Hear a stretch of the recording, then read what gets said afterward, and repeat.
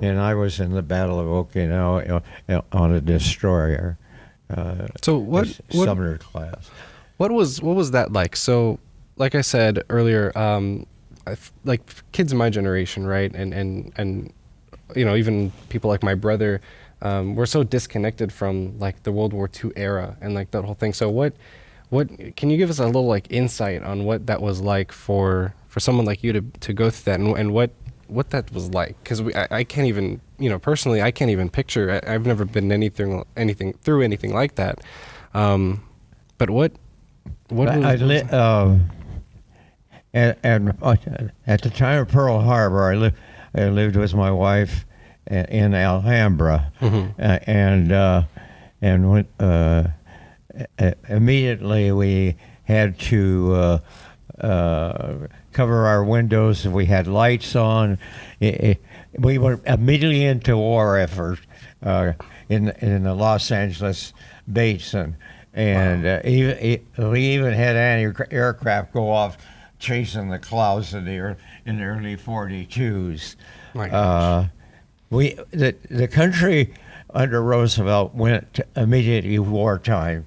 Wow. And in that period, us on the West Coast here didn't know really what was happening. Yeah. Because of the fact that we were open to the Japanese submarines and whatever, and we really didn't know whether there was a invasion plan to land anywhere near us right after Pearl Harbor. So no one really knew anything, like for a period of time, right? What was happening, what was going on? It was a period of time that along the West Coast here that we were scared. I'm sure, yeah. Of what was happening. Mm-hmm. And of course, in that time, communications sort of come from all different directions, and a lot of it was strictly rumor and things like that.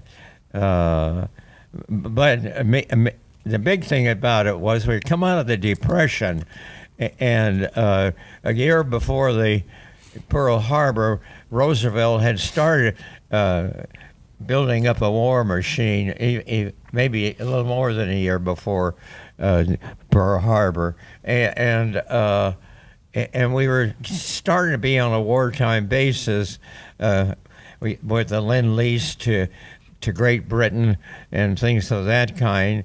There was a lot of isolation going on prior to Pearl Harbor, and so Roosevelt was walking a very tightrope line because of the isolationists, and yet he wanted to get up to speed because he felt the war was coming, I'm sure. Oh, yeah. Not so much from the Japanese, but from the fact of Hitler and his movements through Europe. He knew that eventually we would have to be in the war. But the isolations at that time were very, very strong. But Pearl Harbor changed all that. Mm-hmm. And then the attitude changed too. Now, one thing I've always wondered was when they bombed, Hiroshima and Nagasaki, was that like was that accepted as in the U.S.? Were people against it, for it, like during that whole time? Can I digress on that story a little bit? Yeah, sure. Go ahead. I grew up under the Depression, and as a 12-year-old, Roosevelt went into office in 1933, and I was 12 years old. So I grew up under Roosevelt, and I was in the Navy in 1944, and the first time I got to vote for a president was Roosevelt and Truman. And at that time, Truman was sort of an unknown, and of course the big guy was Roosevelt. And then in April, Roosevelt in April 45, I'm wrong, April 40, am I right about that? I'm a little bit confused on the date, but at any rate, it's okay. In April 45, Roosevelt passed away, and Truman took over. Mm-hmm. Okay? Why do I bring that up? Truman is the reason I'm still sitting here. Really? Because of the bombing of Hiroshima.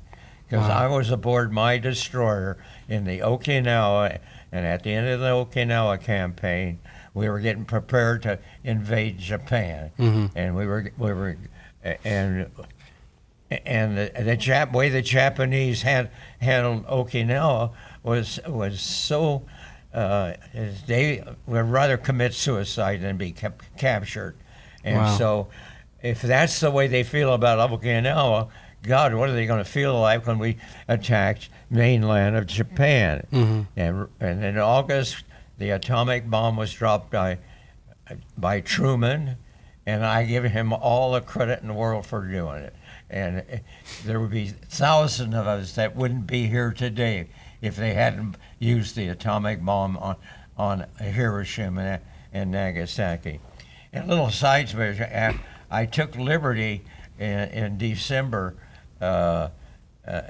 45 and went into the eye of the bomb on a stake bed truck, and what I saw from that bomb was unbelievable.